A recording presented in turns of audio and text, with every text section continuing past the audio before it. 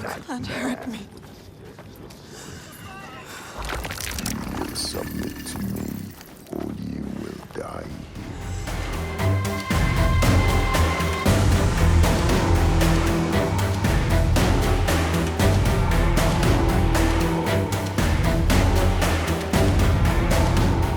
Expectations of experiences can sometimes cloud our overall judgment, especially when it comes to video games. Like any kind of creative outlet, such as art or music, you'll rarely find someone who enjoys everything. When Senua's Saga Hellblade II launched in 2024, there was a lot of criticism about the actual game part of this adventure, but I don't think that was actually brought on by what the game was trying to be. Instead, player expectation might have been a little overbearing here. I reviewed Senua's Saga Hellblade 2 when it initially launched, and now I'm returning to review Senua's Saga Hellblade II Enhanced. I returned to my previous thoughts and opinions and challenged myself to see if I stood by what I said then, given that I gave the game a 9 out of 10. So after playing through this enhanced release, my criticisms of the game have changed, but I still believe that it is hands down one of the most cinematically immersive gaming experience ever developed, with an audio design that continues to be unmatched in this space. This video game is genuine beauty through the lens of a nightmare that exists in the mind of our lead,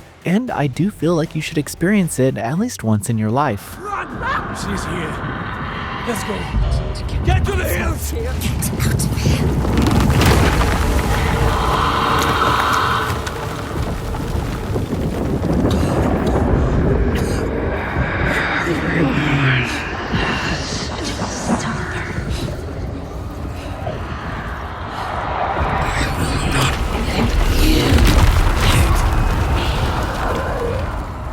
Senua's Saga Hellblade II Enhanced doesn't touch the core narrative or any real gameplay beats, so if you're looking for an altered scene or an updated plot thread, that doesn't happen here. But I do feel like that was for the better. Following Senua after the events of her first trip through hell, she makes it her mission to save her people who the Vikings have kidnapped. The opening scene is slow and intent on making you understand Senua's motivation by throwing countless obstacles at her and following how she approaches them. For most of the game, her impulsive actions to uphold her promises push her into some exceptionally dangerous situations. Still, she avoids death at all costs. It's almost like she knows she won't allow herself to die. The new difficulty mode of the dark rot consuming Senua each time you die emphasizes this, as it then pushes the responsibility of staying alive onto the player. This small new system highlights the overall immersive nature of the story, as you also carry the burden, especially if the rot consumes Senua and you're forced to restart the game. All the while these events happen, Senua provides a fantastical and nuanced look at the world, which her mind often twists reality for her and the player. What's real or fake is never actually discussed among the core group, but these nightmares and the struggle that these individuals are facing are definitely real. It's not for the player to pick apart what is reality though. Instead, I feel like the player plays a role of just finding Senua to a place of calm. Still, this begs the question if that's even possible when the voices in her head are constantly adding new layers. Across the adventure, you'll face several large creatures that plague the lands,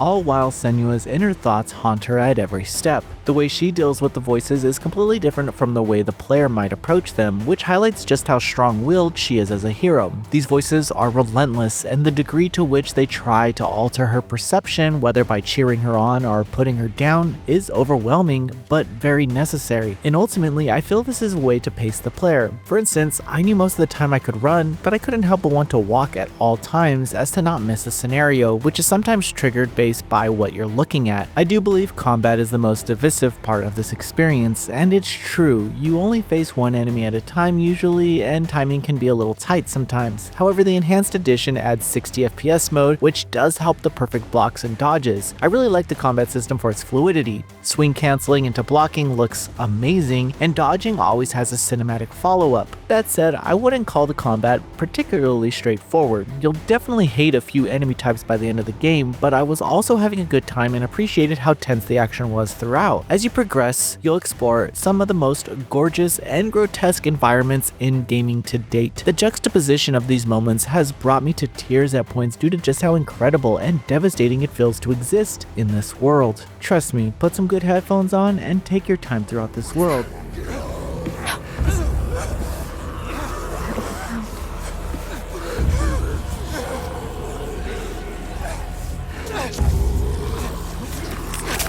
Scream.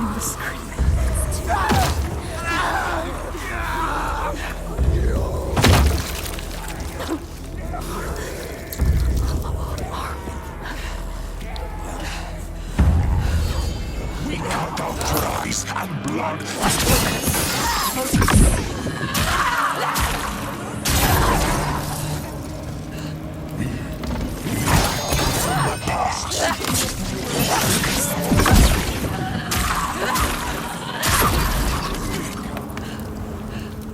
There are some secrets to find, but as I mentioned in my first review, respect goes to the developers for leaving the last chapter without any collectibles. This one action takes away the gameplay portion where you're constantly looking for hidden objects, and it allows you to simply exist, breathe, and be present in this build up to the final battle. I loved it. I know I mentioned that I have new criticisms for the game that I didn't have before, and here it is. I agree that Ninja Theory doesn't seem to trust the player at any time throughout this game. All the events come off as staged or even forced. From the decisions in the story to exploration, you're almost on rails. There are so many moments where interaction with objects in the environment would have added a little more to player freedom. Remove the combat and you could say this game is more of a walking simulator, and that is something that I think Ninja Theory needs to address in later projects. And to the developers, trust your players can understand the nuances of the story that you're trying to tell while letting them have some type of impact on it. As for the other parts of this enhanced release, the photo mode is a great touch, but I really do suck at using any photo mode editor. I know people like it though, and the new options allow for some really creative shots even during the cinematics. I appreciated the developer's commentary as well, as it gives you a more behind the scenes look at what went into the game's development and some of the obstacles that the team faced. Playing on PlayStation 5 Pro showed how well optimized the game was, with noticeably fast load times and incredible performance. The game has always been gorgeous, but let's just add a little more on top of it for good measure here.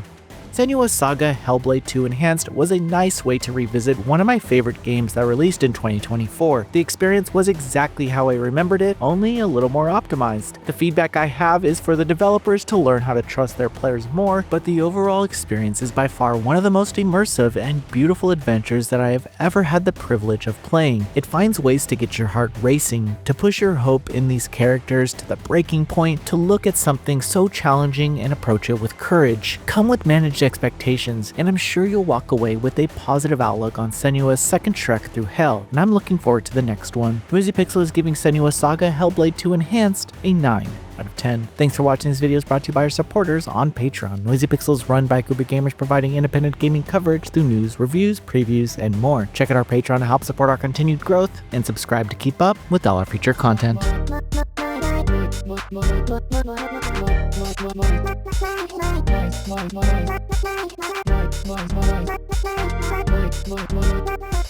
Noisy Pixel.